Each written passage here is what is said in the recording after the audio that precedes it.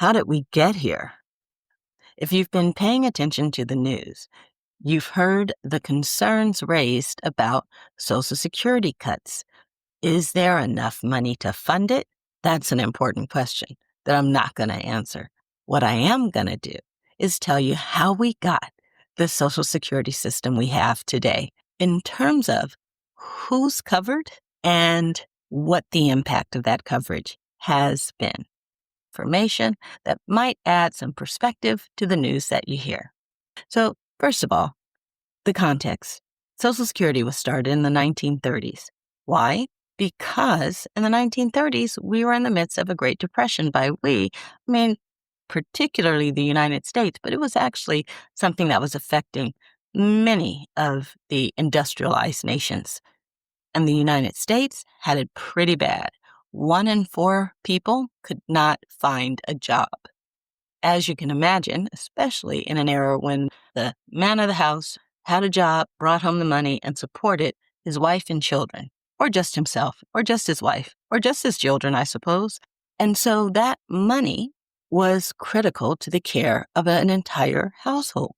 Now, if he lost his job, if he couldn't find a job, if he was suddenly injured, if he had a disability that made him unable to work for the rest of his life, then his whole family would be without a significant source of income, or perhaps any income whatsoever.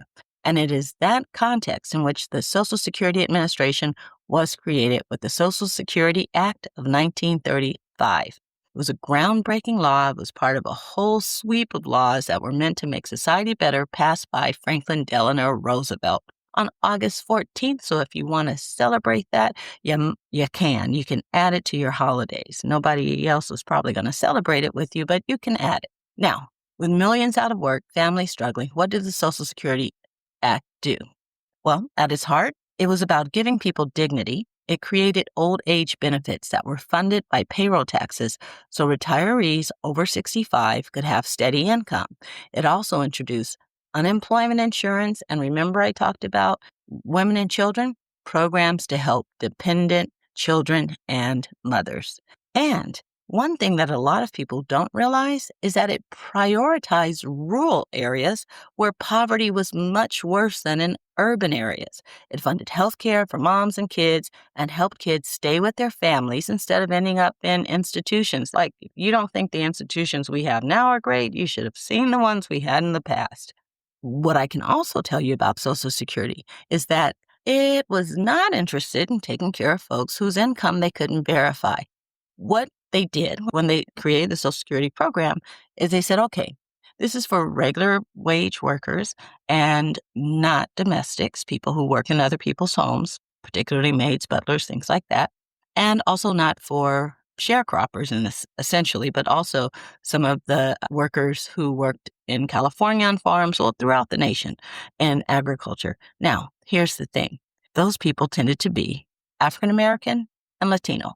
So the Social Security program, by and large, was not, as created originally, a huge benefit for either African Americans or Latino Americans. And let's remember, this is before civil rights, when we still had a very segregated society, and the employment opportunities for racial minorities were restricted. Now, aside from that, and again, note that I didn't say there were no African Americans and no Latinos that benefited, just there were larger numbers of minorities who were not able to take advantage of this. The good news is that this was eventually remedied. There was a change in the law in 1950. Before 1950, if you worked as a farm worker or a housekeeper, you were on your own when you got older and you couldn't work anymore. But the amendments changed it, and it allowed for a greater sense of financial stability. We all know that African Americans and Latinos have faced barriers to building wealth for centuries. By including these jobs, agriculture and domestic work, in Social Security, it helped level the playing field just a little bit. While wealth gaps continue to exist, Social Security helps to mitigate some of these racial inequalities and retirement savings caused by the systemic barriers to wealth accumulation. More than 25% of African American and Latino retirees depend on Social Security for over 90% of their income. Why does it matter so much to these particular communities? One of the reasons for this is that African Americans and Latino Americans tend to save less than white Americans for their retirement. Some of this is due to the persistent gap in wages paid or income earned or salaries between African Americans and white Americans and between women and men. And for those reasons, there's less money left over at the end of the month to put away for 401ks, 403bs, and other investment opportunities like stocks and treasury bonds. So there's less money invested in retirement accounts, and that leaves minorities more dependent on Social Security. Now, the 1950s amendments didn't fix everything overnight, but they were a big step forward. Those changes in 1950 helped millions of families build stability that we still feel today. And they paved the way for even more changes in 1954 and beyond, which expanded Social Security even further. The exclusion of domestic and agricultural workers from participation in Social Security for nearly 20 years negatively impacted Black wealth for decades into the future. How so? Well, let's look at how this affected their benefit payments. Let's take a person who, in 1935, is 25 years old and is working as an agricultural worker. He works right up until age 66 when he qualifies for Social Security benefits. That retirement would happen in 1976.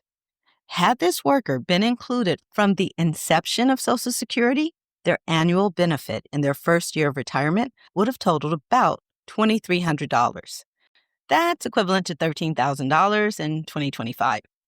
However, because the domestic and agricultural workers were intentionally excluded from coverage and lost those 20 years, that same worker retiring in 1976 at age 66 receives an average of $1,620 annually. That's $9,000 in today's economy. Yep, a loss of $4,000 a year or $333 a month. Without accounting for the annual increases that adjust for inflation, that worker, should he or she live to age 76 over those 10 years, a minimum of $40,000 would have been available in benefit. And the longer she lives, the greater the gap. And how does this impact future generations of wealth? We know that a large number of African Americans receive 90% or more of their income from Social Security benefits. And some of the gap is made up by contributions from their adult children. And when adult children contribute, while it is fantastic and great that they have the ability to do so, that's also money that's not being deposited into investment accounts like 401ks, 403b, stocks, bonds, real estate, all of the things that lead to increased wealth.